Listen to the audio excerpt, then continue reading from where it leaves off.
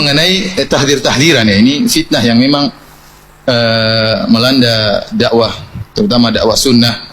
Kalau kita di tanah air Indonesia, Ustaz Abu Ihsan lebih paham karena beliau guru saya ya, dan beliau lebih melanglang buana dan lebih berpengalaman menghadapi tahdir-tahdiran, dan beliau juga sudah sering ditahdir. Kemudian muridnya mewarisi pun juga ditahdir pula.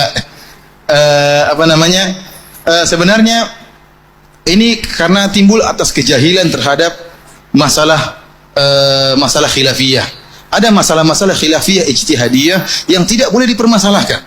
Yang tidak boleh dipermasalahkan kemudian dijadikan ajang untuk berseteru, karena khilaf tidak mungkin dihindari. Ya ikhwan, ada seorang ibu melahirkan 2 orang anak kembar. Apakah sama terus perbuatannya? Ini dari kembar, dari ayah yang sama, dari lubang yang sama. Mohon maaf, sifatnya pun beda. Satunya suka yang begini, satunya suka begini. Satunya suka asin, satunya suka manis. Padahal sama-sama dari orang tua yang sama, kembar lagi. Apalagi kalau saya dan kamu, bisa jadi sangat berbeda. Tetapi ada khilaf-khilaf yang kita harus toleransi, dan ini manhaj ahlu sunnah. Manhaj ahlu sunnah harus kita paham. Manhaj ahlu sunnah jangan cuma masalah akidah, jangan cuma masalah yang lainnya. Ada manhaj ahlu sunnah dalam menghadapi perselisihan. Para ulama telah menjelaskan, jika perselisihan tersebut merupakan perselisihan ijtihadiyah, bukan perkara yang qat'iyah, maka harus toleransi. Silakan Anda mencari pendapat yang terbaik, silakan Anda menyalahkan yang lain, tapi Anda harus toleransi menerima pendapat yang lain. Dan perkara ijtihad banyak. Yang kita perhatikan sekarang ini, timbul masalah-masalah khilafiyah yang ada di Indonesia, kemudian diekspor ke Malaysia ya. Seharusnya tidak ada di Malaysia, namun diimpor ke Malaysia. Ya, apa yang tidak perlu ya. Masalah-masalah ternyata kita perhatikan masalah-masalah sepele. Masalah-masalah sepele. Permasalahan khilaf di Indonesia yang bertahun-tahun lamanya, gara-gara apa? Masalah dana. Ada dana dari Yayasan Ihya Turath dari Kuwait diberikan kepada suatu yayasan di tanah air kita Indonesia. Sebagian guru-guru kita mengambil untuk bangun pondok. Maka ditahdirlah yang mengambil yayasan dana ini. Ini dana tidak boleh diambil. Ini Ihya Turath ahlul bid'ah. Barang siapa yang ambil dana tersebut, dia menjadi ahlul bid'ah. Barang siapa yang tidak mentahdir juga ahlul bid'ah. Jadi multi level marketing. Yang tidak mentahdir jadi ahlul bid'ah, yang jalan sampai dia jadi ahlul bid'ah. Dibuatlah daftar berdasarkan link-link yang berhubungan dengan jadi ahlul bid'ah. Padahal kalau kita melihat masalah ulama khilafiyah, masalah dana, jangankan dana dari ahlul bid'ah, dana dari orang kafir pun boleh kita terima. Seperti Shalih Fauzan hafizahullah pernah ditanya, dia bilang Nabi SAW menerima dana dari bantuan, menerima hadiah dari orang kafir, menerima hadiah dari orang kafir, menerima hadiah dari Yahudi, dari wanita Yahudiyah, menerima hadiah dari Muqawqis dan lain-lainnya. Oleh karenanya permasalahan khilafiyah ini kalau kita jadikan masalah, tidak akan pernah selesai, kita ribut.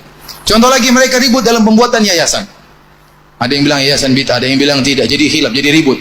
Bahkan yang lebih daripada ini, belajar dengan menggunakan kelas, tidak boleh. Di zaman Nabi tidak pakai kelas. Iya, seperti tadi, hotel pun tak boleh, tadi tanya. Ini bid'ah, ini apa konvensi ini? Karena di zaman Nabi tidak ada hotel. Memang tidak ada hotel di zaman Nabi. Ya, artinya beda antara sarana dengan tujuan.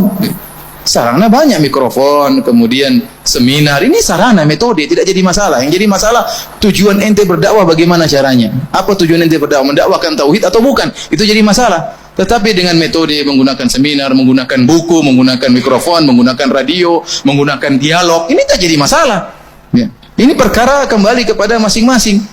Selama yang didakwahkan adalah hak, maka jadi Ustaz Fadlan mengatakan, saya dengar yang apa yang disampaikan benar. Beda kalau yang disampaikan bid'ah. Adapun cara menyampaikan, ini masalah kembali masing-masing, silakan. Ini masalah sarana, dan sarana bebas-bebas saja selama tidak menyelisihi syariat. Karena saya katakan sebenarnya sumber permasalahan gara-gara teman-teman tidak dewasa dalam menghadapi masalah khilafiyah. Kemudian yang kedua, ta'assub kepada salah seorang syekh atau ulama dan meninggalkan ulama yang lain. Ya ikhwan, ulama banyak di dunia ini, ulama banyak. Di Arab Saudi banyak ulama, di Pakistan juga mungkin ada ulama, ya. Di negara Yaman juga ada ulama, di Mesir juga ada ulama. Jangan kita jadikan agama kita cuma satu ulama. Seakan-akan dia maksum, dia ini bukan nabi, bisa salah, bisa benar, ya. Apalagi kemudian banyak ulama yang menyelisihi dia. Maka kemudian bagaimana kita gantungkan agama kita sama dia? Oleh karenanya saya bilang, kalau belajar dari guru yang banyak. Lihat para ulama dulu, Imam Bukhari gurunya ratusan. Imam Fulan gurunya ratusan, tidak ada ta'assub dalam diri mereka. Tapi kalau gurunya cuma satu, ini saja, yang lain kayaknya semua sesat, cuma dia yang benar. Nah, tidak pernah keluar, tidak pernah melihat pendapat yang lain, tidak pernah menelaah pendapat yang lain.